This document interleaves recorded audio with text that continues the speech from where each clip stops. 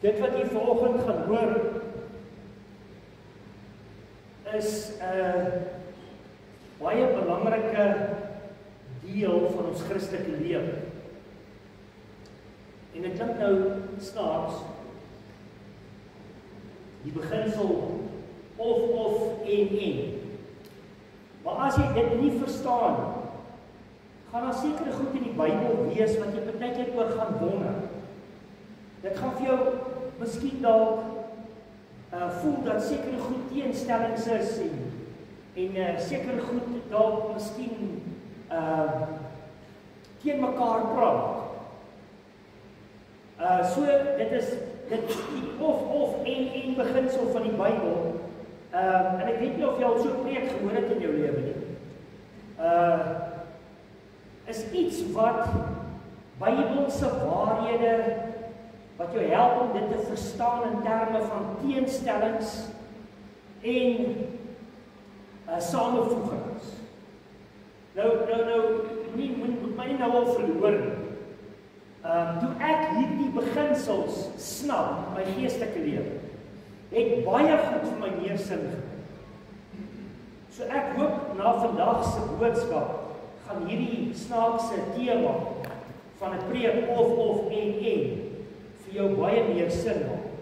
As ons begin byvoorbeeld by die of beginsel, dan gaan dit eintlik oor 'n keuse wat jy het tussen twee opsies en jy moet een kies. Daar's twee goed en jy moet een kies.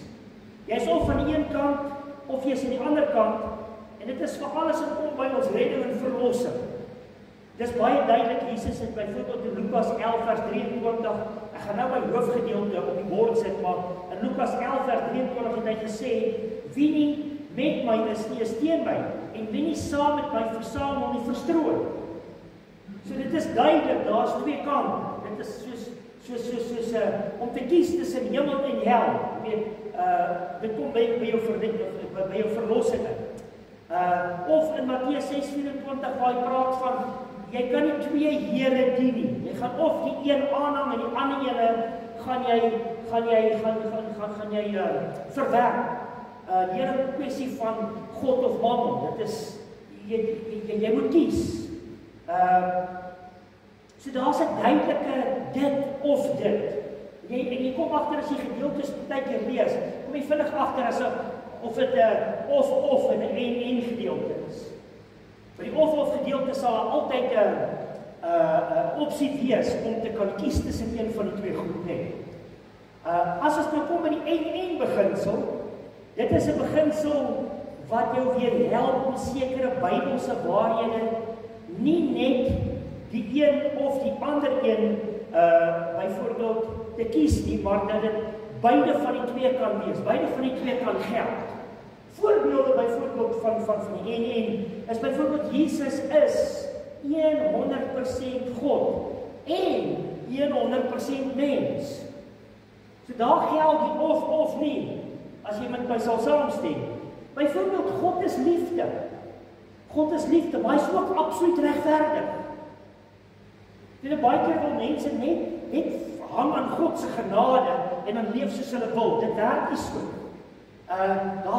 Dit is gelyktydige goed. Ons is reeds gered byvoorbeeld deur geloof, maar ons moet nog steeds die pad van heiligmaking stap en die pad van sterf. So dit is jy's gered deur geloof en jy leef nou in 'n heilige lewenswandel met die Here.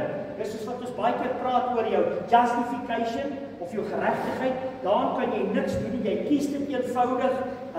Jy aanvaar dit eenvoudig. Jy aanvaar Jesus en deur geloof in Jesus Christus word jy gered. Jy kan niks daar byvoeg nie, jy kan niks wegvat nie. Dit is eenvoudig, dit is hoe dit is. Maar as dit kom by heiligmaking, uit dit loop 'n lewe van heiligmaking. Nou begin jy leef soos 'n kind van die Here.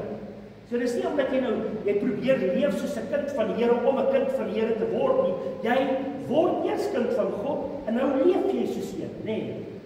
So die hele storie van jou geregtigheid, jou heiligmaking, hardloop ook deur hierdie lyne. Christen is byvoorbeeld vry, maar ook nog steeds diensbaar en gebonde aan Christus.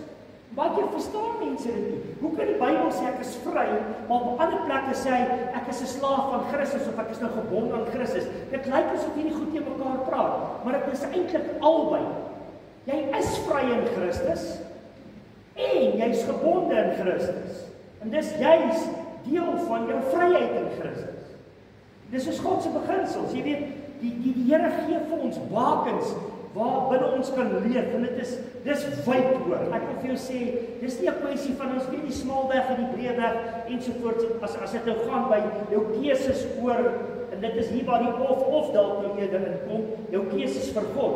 Maar dan kom die Here gee vir ons hierdie beginsels as bakens, en tussen die bakens kan ek en jy, vat nou maar sy wet, vat nou maar, as dit opgesom word, liefde vir God en liefde vir jou naaste, dit is eenvoudig beginsels wat daar is, en tussen daai beginsels en daai wet wat die Here vir ons gesit, kan ek en jy nou vrylik beweeg.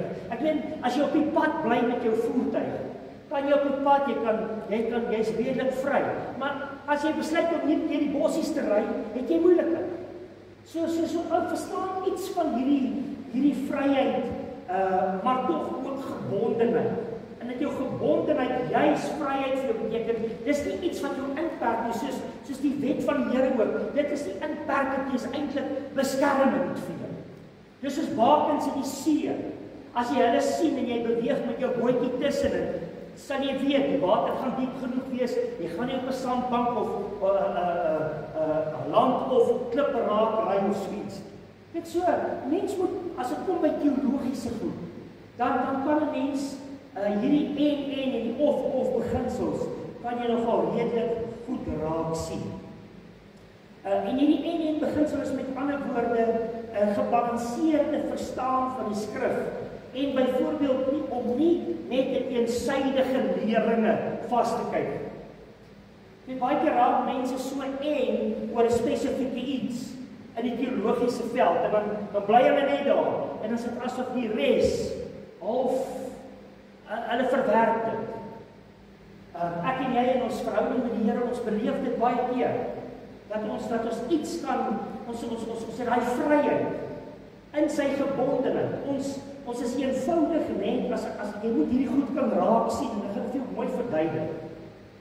En dit kom absoluut op die volgende neer, as jy aan die vers opgooi. In Efesiërs 3, daar van vers 9 af, lees ons die volgende, Nuwe Lewende Vertaling, en dan sê hy vir ons baie duidelik, hy sê vir ons moet dit duidelik, ek wil vir almal duidelik maak hoe God, die skepper, as jy net die konteks van daai gedeelte gaan lees, dan praat Paulus oor sy bediening onder die Jode, en dan as hy met hulle begin praat, dan praat hy van hierdie geheime plan wat bekend geword het, en dan sê hy ook, God het dit spesiaal aan hom bekend gemaak. Hierdie plan wat hy het vir almal, die Jood en die Jood, en hoe dit in die rykdom van Christus se genade deurkom. En dan noem hy 'n paar goed daar, en ek wil dit vir jou lees. Hy sê, ek moet vir almal duidelik maak hoe God, die skepper van alle dinge, die geheime plan uitvoer wat nog altyd verborge was. Nou dit was verborge, en die Jode het dit eintlik nie lekker verstaan nie. Die hele kwessie van die Messias, hulle het hom nie herken nie, hulle het gedink dis die politieke leier ensovoorts. Ek ken selfs Paulus, voordat hy tot bekering gekom het, het gedink hy het die Here guns om almal te vervolg wat nie heeltemal in hierdie streng Joodse wette beweeg nie, en hoe die Here hom gered het, en hoe hy hom seker goed oopgemaak het en bekend gemaak het. En dan sê hy die volgende, hy sê die doel, vers 10 hiermee, is om nou deur die kerk, en hoor baie mooi, die doel hiermee is om nou deur die kerk vir al die bose hemelse regeerders en maghebbers te wys, en hier kom dit in, hoe alles omvattend die wysheid van God sy ewige plan is. Die plan wat hy deur Christus Jesus, ons Here, tot uitvoering bring. net 'n fokus bietjie op daai woorde, alles omvattend die wysheid, hoe alles omvattend die wysheid van God is. Hoe alles omvattend die wysheid van God is. Die volgende vers, as ons aangaan, deur Christus en ons geloof in hom. Deur Christus en ons geloof in hom, kan ons met vertroue vrymoedig na God toe gaan. Sien, en dit is, hierdie is die goeie nuus. Die slegte nuus was, ons het nie vrymoedigheid gehad, maar die goeie nuus is, in Christus het ons nou vrymoedigheid. Sonder Christus het ons die vrede met God gehad, maar nou in Christus het ons vrede met God. Dit is die goeie nuus. Dit is die geheime plan wat nou aan ons verkondig word en wat Paulus eenvoudig sy lewe voorgee, is om spesifiek hierdie geheim van Christus aan almal te verkondig in die konteks van daai allesomvattende wysheid van God. Hy sê, om hierdie rede vra ek dat julle nie moedeloos word oor my swaar kry ter wille van julle nie. Dit strek tot julle eer. So wat hierdie goed moet doen, is dit moet vir ons moed gee. As ons van hierdie goed begin verstaan, ons moet kry. Daar's net een vers wat ek sommer so langs die kantlyn vir jou gee. Hy's op die bord, want hier julle verhouding met hom, dis Christus, word ook julle saam opgebou tot 'n gebou waarin God deur sy Gees woon. Jy sien, as gevolg van hierdie goeie nuus, as gevolg van hierdie rykdom, as gevolg van hierdie allesomvattendheid van die Here, wat mens nooit eng moet sien nie. Dis waaroor die en gaan. Dis nooit eng nie. Daar is 'n wyeer prentjie. Daar is 'n groot God wat die heelal geskaap het. Weet jy wat, as ek net kyk na die natuur. Ek het eendag vir iemand gesê, want ek dink ons het gepraat oor blommerangskikkings. En ek hou daarvan, amper soos hierdie op die tafel, wat verskriklik pragtig is. Na die begrafnis het hulle dit op die tafel gelos. En ek hou daarvan as so klomp goed wat so 'n bietjie te mekaar is en die ou sê ja, maar daar's geen riglyne vandag meer, die mense werk nie meer volgens reguit lyne en sulke goed nie. En ek sê toe vir die volgende, ek sê hoor hierso, hy self het 'n plaas gehad, ek sê as jy daar op jou plaas ry, is daai doringbome van jou in rye geplant. Die klip op die berg staan hulle in rye spesifiek mooi, is dit hoe dit is? Nee, sê dit is nie hoe dit is nie. Ek sê so mens rye en goed is ook nice, lyne as jy dit kan sien is ook nice. Maar ek dink as ons dink aan God, dan sien ek iets wyer. Ek dink as God en was met groot respek dan al die vrouens dieselfde gelyk, al die mans dalk dieselfde gelyk. Was ek net so hier oor ons tyd vandag, ons almal lyk anders. Ons het nie eens dieselfde gedagtes nie, en as ons almal dieselfde gehad het, ons dalk dieselfde tipe klere aangehad, vandag ons het nie. Nou wil ons partykeer as dit kom by God se goed en teologiese goed, wil ons so eng raak. Natuurlik as dit gaan oor die of goed, die reg en verkeerd goed, en dit kan ons duidelik onderskei, dan is daar net een manier. Maar as dit gaan oor die res van jou geestelike lewe, het jy vryheid. Kan jy die Here dien op verskillende maniere. Dis deel van daai allesomvattendheid wat die Here vir ons gee. So met ander woorde, dit gaan oor dat ons in ons spontane verhouding met God, en prys die Here vir 'n spontane verhouding met die Here. Ek is so bly, ons is nie vanoggend vasgevang in rituele, en dit moet net so, en net so gedoen word. Ek is bly, ons is nie vasgevang in 'n paar nou wil ek nou nie sê formuliere nie, maar 'n paar goed wat nou gesê moet word, spesifiek. En ek het begrip vir sulke goed ook, maar dis 'n spontane verhouding, omdat dit 'n onvoorwaardelike verhouding met God is. Aan die ander woorde, dit is eenvoudig, hy gee vir jou geleenthede, hy gee vir ons talente, hy gee vir ons 'n lewe om te leef. Solank dit tot eer van hom is natuurlik, nee. En dit is hierso waar ons iets van sy nuwe vertaling praat van 'n ryke verskeidenheid van sy wysheid. In die nuwe lewende vertaling is die allesomvattende wysheid. In die 2020 vertaling word daar gepraat van sy ryk geskakeerde wysheid. Ryk hy gebruik die kerk om dit te wys. Hy gebruik vir my en jou om dit te wys. Hoe wys hy is. Baie keer sê mense, ja, maar hoekom is daar so baie kerke? Hoekom is daar so baie vertalings? Hoekom is daar so baie maniere om die Here te aanbid? Jy weet, soos of mense net hierdie rigiede storie. Ek weet nie, wie van julle sal daarvan gehou het as alles rigied was? Dink net as jou verhouding met jou geliefdes rigied was. Dit moet net so wees. En ek weet daar's huwelike wat so werk en dan kry of die man of die vrou baie swaar as een persoon nou hierdie tipe van rigiede is. Maar huwelike en verhoudings wat werk, is huwelike en verhoudings wat dinge bietjie spontaan gebeur. Is dit nie so nie? En as jy dalk miskien een van hierdie ouens is wat so rigied is en is net so, man, kom bietjie los. Raak bietjie vry. Jy's nie 'n masjien nie. Ons is dit nie in die kerk nie. Jy sit eers as jy kom in die woord nie. Ons vat net God se woord. Meer as 44 skrywings oor 'n tydperk van 1500 jaar. Daar's poesie, daar's gedigte, daar's stories, daar's gelykenisse, daar's verhale, daar's jy sien iets van die ryke verskeidenheid van die Here.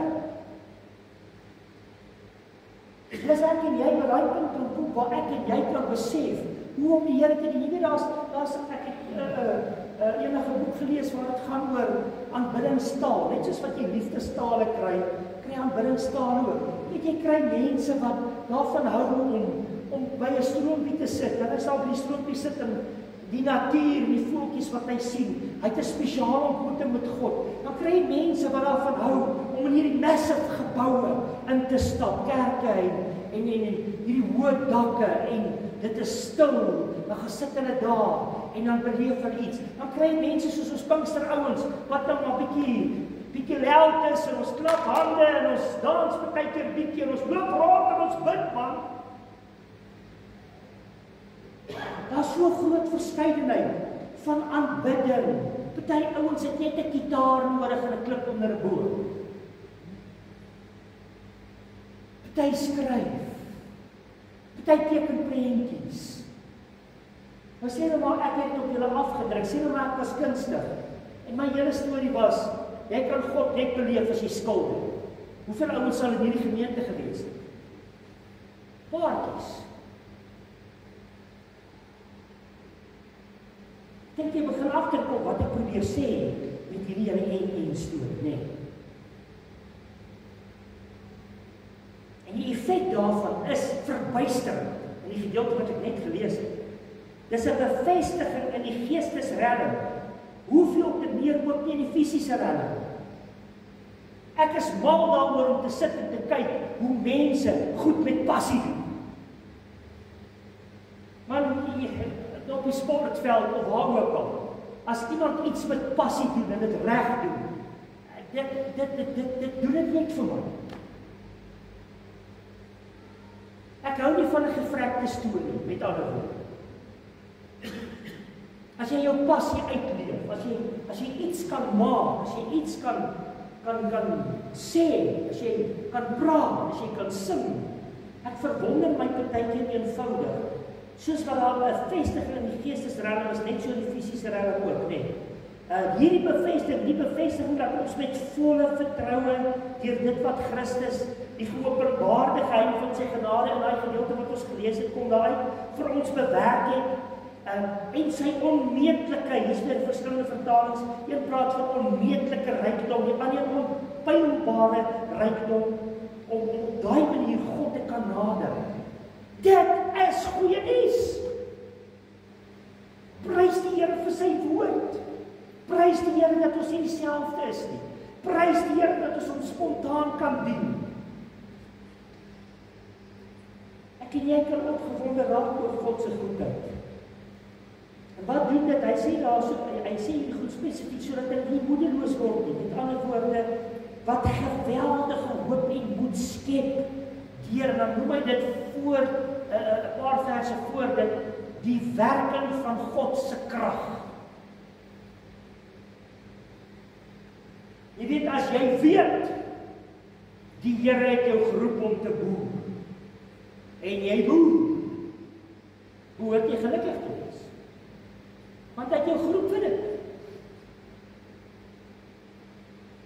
En daar op jou plaas maak jy planne. Jy maak planne. Jy boer dalk nie net met een ding en daar's altyd geleenthede en jy sien 'n stukkie iets raak en jy dink jy's dit kan gebeur nie. Hier kan ons dit, daar kan ons dit. Jy maak planne. As jy iets van leierskap op 'n rugbyveld het, jy begin agterkom nee, jy's hierdie ouens is ons oor. Dan skree ek altyd vir die ouetjies, kom begin plan maak. As jy nou weet, hierdie ouens speel net op die sentrum. En 'n ou wat nou bietjie sy sout werk is. Ek praat nou van 'n kaptein, bietjie leierskap. So hulle gaan agterkom, hoorie sommer, hier is hierdie ouens se spelpatroon. Kom ons vat hom bietjie die kant, kom ons vat hom bietjie daai kant en dan breek daai ouens se. Jy weet, ek en jy, ons moet planne maak in ons lewe. Moenie in 'n groef val. Begin weier dink. Begin weier glo. Begin dieper met die Here 'n spontane pad stap. As jy die en lewe raak sien, kom jou baie skatte af, wat absoluut jou lewe kan verryk. En so hanteer ons alles wat aan ons toe kom, met geloof. Dat dit word deur te glo, dat God alles kan doen, ten goeie vir sy kinders. Julle ken die gedeelte in Romeine. Ek gaan hom gou vir jou lees. In Romeine 8 staan die volgende. Daarvan vers 28, Romeine 8:28 sê die volgende. Hy sê, en ons weet dat God alles ten goeie laat saamwerk vir hulle wat hom liefhet. Hoekom sal hy alles ten goeie laat saamwerk? Want daar's nie net een ding wat werk in jou lewe nie. Daar's baie goed, daar's 'n verskeidenheid van goed. Hy sê alles laat saamwerk vir die wat hom liefhet. Hulle wat geroep is volgens sy doel vir hulle lewe. Want God het hulle reeds vooruit geken en hy het hulle aangewys om net so sy seun te word. Jy sien, daar's 'n groeiproses. En ek wil so ver gaan om te sê, as jy nie spontaan die Here dien en 'n pad met hom stap soos wat hy jou lei en leer, gaan jy ook nie groei nie. Jy gaan nie groei nie. Want hy leer jou stukkie vir stukkie en jy word meer en meer soos Jesus. Op hierdie manier sal Christus Jesus die oudste seun wees, omring deur baie broers en susters soos ek en jy, die wat hy vooruit aangewys het hy ook geroep, en die wat hy geroep het hy ook vrygespreek, en die wat hy vrygespreek het, aan hulle het hy heerlikheid gegee.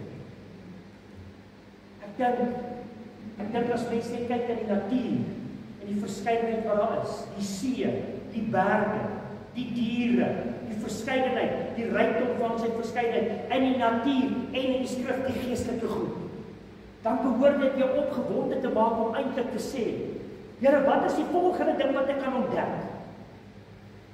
Is dit nie so baie keer as jy iets regkry of ontdek het, dan het jy sommer energie om nog bietjie dieper te gaan, om nog bietjie weier te gaan.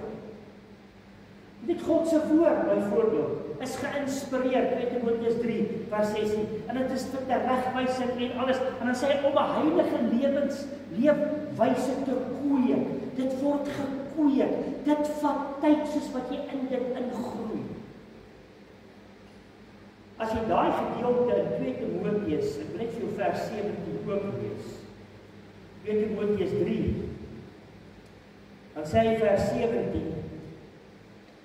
Of miskien moet ek vers 16 nog so benauw vir gelees. Hy sê, die hele skrif is deur God geïnspireer en is nuttig om ons te onderrig, die verkeerde te weerlê, om ons te reg te wys en ons die regte leefstyl en om die regte leefstyl by ons te kweek. Jy sien sommer, dit is nie net een ding nie. Dis onderrig, dis deurlê, leefstyl word gekweek en. Dit is God se manier om sy mense voor te berei vir 'n taak en volle toegerus vir elke goeie ding wat hy wil hê hulle moet doen. Ek weet hoekom is daar verskillende gawes? Dis nooit net een nie. Ons het alles nodig. God is 'n God van veelvuldigheid. In Openbaring 1, as hy praat met Johannes, dan klink dit soos die volgende. Hoor wat sê Openbaring 1. Ek lees vir vers 15. Hy sê, sy voete was soos gepoleerde koper, wat in 'n smeltpunt gloei. Dis die beeld wat hy gesien het van Jesus. En hoor hierso, en sy stem soos die geluid van baie waterstrome. Dit is soos jy selfs hoe Jesus, die Jesus wat jy in Openbaring raak lees. En jy lees van hoe wyd sy openbaring eintlik is. Ek meen, hy gebruik byvoorbeeld in die Bybel, dit lyk soos teenstrydighede, partykeer maar gebruik hy goed soos om te sê, yster sluit yster, vriende vorm mekaar. Nee, dit klink soos of dit half teenstrydig kan wees. Maar ek meen, yster sluit yster, vriende vorm mekaar. Jy weet, as jy byvoorbeeld gedeeltes soos daai vat, en jy gaan kyk maar hoe ryk en hoe wyd is die dinge van die Here, en as hy dit vir mense gee om te skryf, en hulle skryf hierdie goed. Dit is hoekom ons nooit sal ophou om die Bybel te bestudeer. Daar's net eenvoudig te veel diepte. In Romeine 11 vers 22, Paulus praat met die Jode en hy praat met die heidene. En dan kom hy en sê, God is absoluut goed. Maar dan sê hy daarby, en ook absoluut streng. Hy's goed en streng. Nou kom ons sê, jy fokus net op die feit dat God goed is. Wat gaan jy maak partykeer as hy jou so 'n bietjie teregwys? Wat gaan jy dan maak as jy nie die en beginsel verstaan? Sien, dit maak so sin. Die Bybel sê ons moet so opreg wees soos wat? Soos duwe en so versigtig soos slange. Ek meen, slange en duwe. Opreg soos 'n duif, maar so versigtig soos 'n slang. So as jy nie weet van die en gaan jy nou dink, duwe, slange, dit pas nie lekker by mekaar, nee. Jesus word die leeu genoem, maar hy word ook die lam genoem. En beginsels. Ek het eendag so 'n lysie gesien, waar is my lysie? Van iets wat iemand geskryf het oor dit, en dit was nou vir interessant om dit te lees. En die lysie gaan nou, ek gaan hom sommer net so 'n bietjie vinnig lees.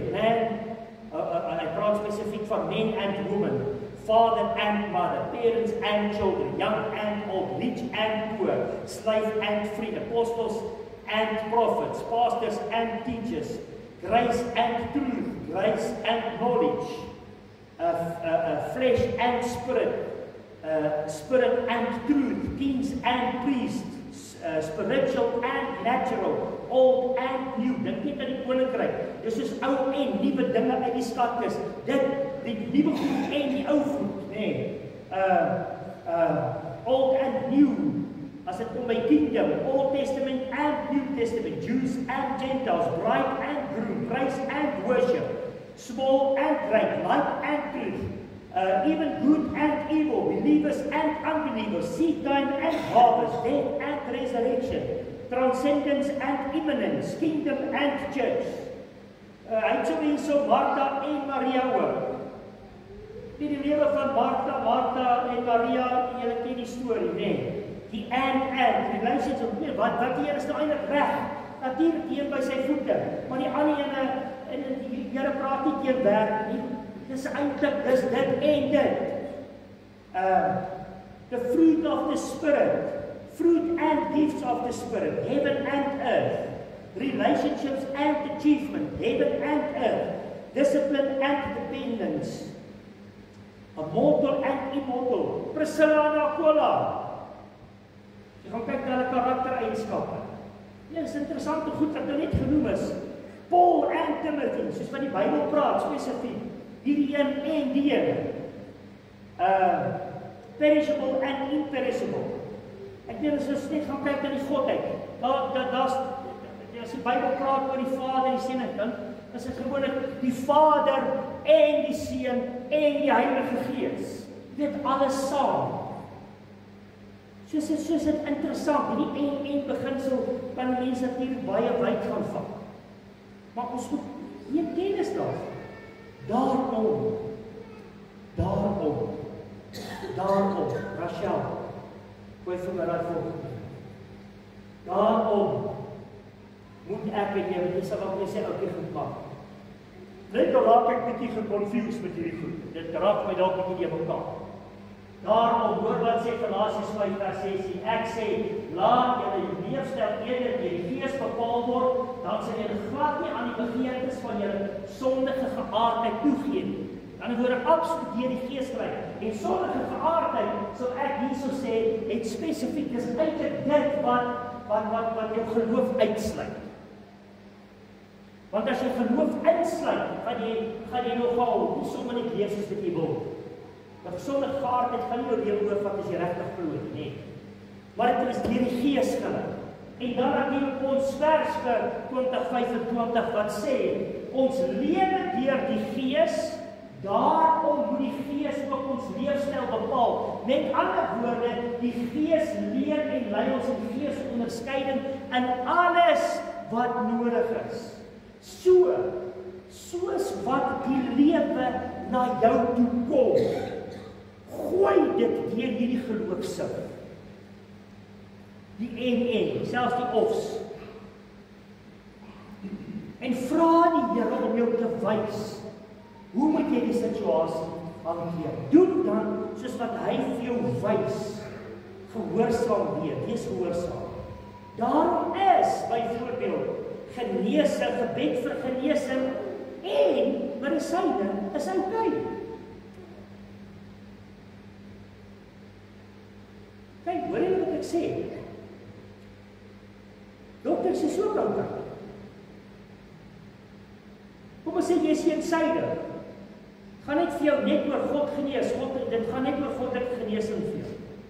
Ek het baie sulke mense hier na die derde gebed, dan drink hy maar sy kop seer kop. As niks fout met dokters en pille ook. Jou vertroue moet in God wees. Ek het al dokter toe gaan en het gebid en gesê, Here, wys my die dokter. Ek bid dit baie keer vir mense wat operasies moet kry. Here, help die dokter om te sien wat moet gebeur nie. Jy kan nie daar net eensydig wees nie. Gebed in die Gees. Vir baie Pinksterhouds is dit net gebed in die Gees, ou broer, net gebed in die Gees.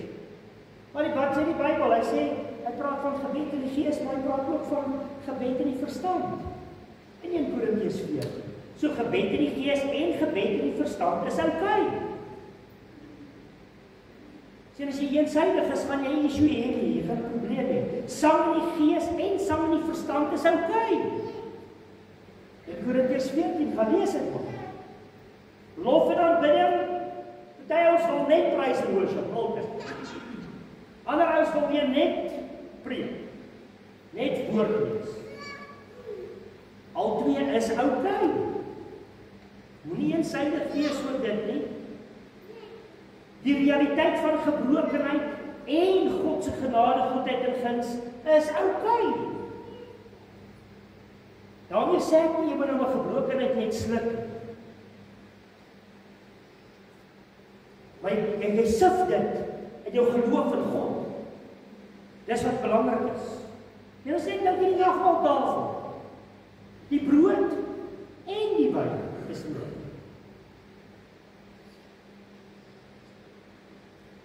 Wees, ek sê dit af met dit. Wees met ander woorde bewus van beide hierdie goed. Dus bietjie bewus raak van die ens in die Bybel, selfs die ofs in die Bybel. dit of dit. Wees met ander woorde bewus van beide, gooi alles deur die geloofsig en vertrou en weet dat God in sy almag en sy alwetendheid en sy alomteenwoordigheid jou die weg sal wys. Dit is maar weer hier waar Psalm 16 vers 11 is een van die wonderlikste psalms vir my, waar hy sê hoe die Here die lewenspad vir jou wys.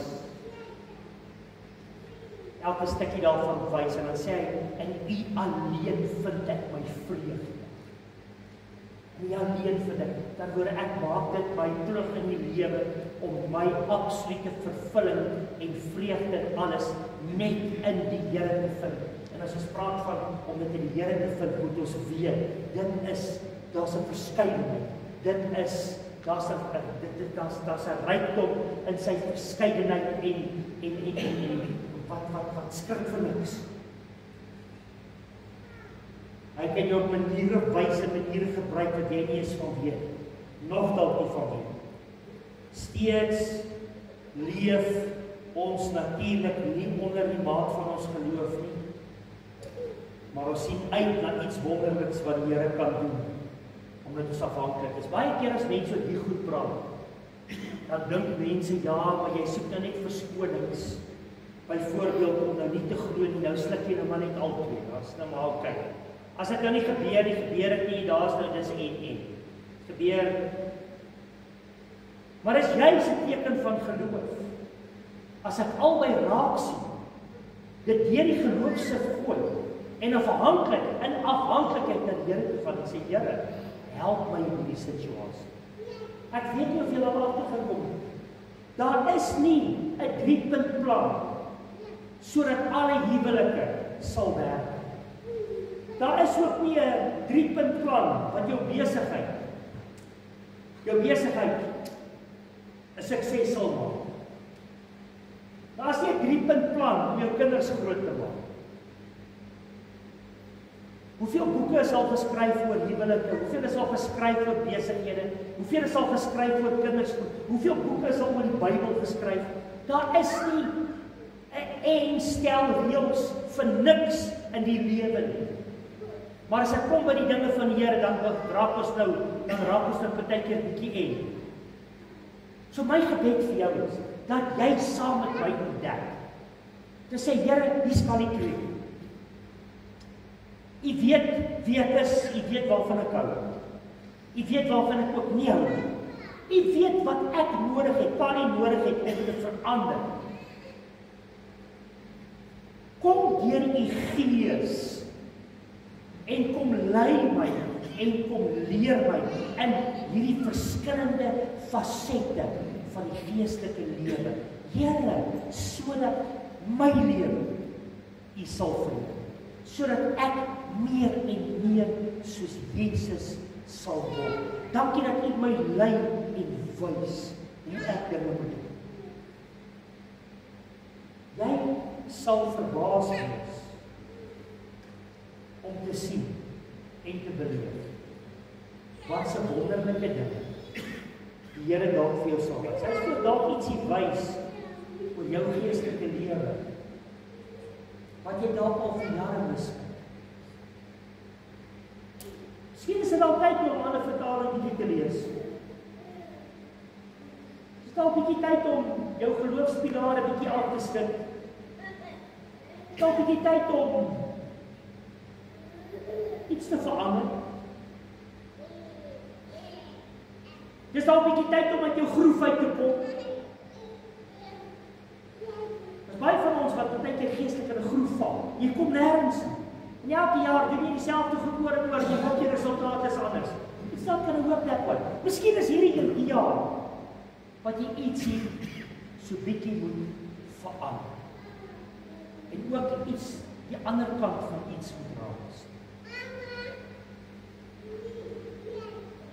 Miskien het die Here dalk terwyl ek met jou gepraat het, al klaar ietsie gewys. My gebed nou is, gaan en wees gehoorsaam. Gaan doen dit en vertrou. Ons bid saam. Hemelse Vader, baie dankie dat dat ons weet as U 'n woord gee, is dit nie verniet. Here God, as U met ons praat, is dit nooit verniet. En ek wil bid en ek glo vandag, Here, dat daar 'n paar goed is wat in mense se lewens geskuif gaan word rondom geestigheid. En ek weet Here, dit is nie altyd maklik om te verander nie. Ons hou so vas aan die bekende goed. En onbekend is onbemind en ons is baie keer is dit vir ons moeilik om uit die boot uit te klim. Ek wil vra, my God, dat U op een of ander wonderbaarlike manier in elkeen en elke persoon se lewe wat hier is, nou sal inwerk op een of ander wonderlike manier. Here, ek weet daar's nuwe goed wat begin moet word in mense se lewens. Ek weet ook daar's dalk sekere goed wat afgesterf moet word. En ek weet ook, Here, dis nie altyd maklik. Baie keer in die situasie sien ons dit nie, maar ek wil vra, Vader, in die naam van Jesus, deur die kragwerking van die Gees, dat U vir ons elkeen sal wys waar wat ook al nodig is. Here, dit is so wonderlik om die woord te lees, en dan lees ons oor die Gees, dat die Gees doen dinge en werk dinge soos wat dit nodig is. Mag dit vir elkeen van ons so wees. In die naam, hoe elke naam, die naam van Jesus Christus alleen. Here, waar ons ook nagmaal gaan gebruik vandag. Dankie vir die brood en die wyn. Dankie vir U liggaam wat vir ons gebreek is en die bloed wat vir ons, U bloed wat vir ons gevloei het. Dankie vir die feit dat U vir ons gesterf het en opgestaan het uit die dood. Soos wat ons dit vandag gebruik, wil ek vra, Here, kom seën elkeen van ons op wonderbaarlike manier.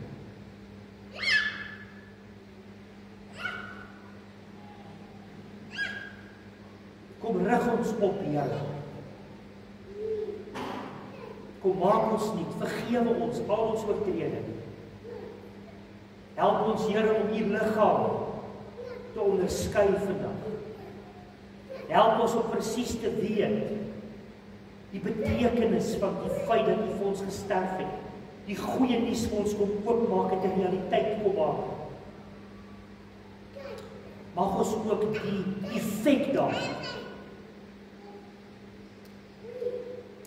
op 'n wonderbaarlike manier beleef.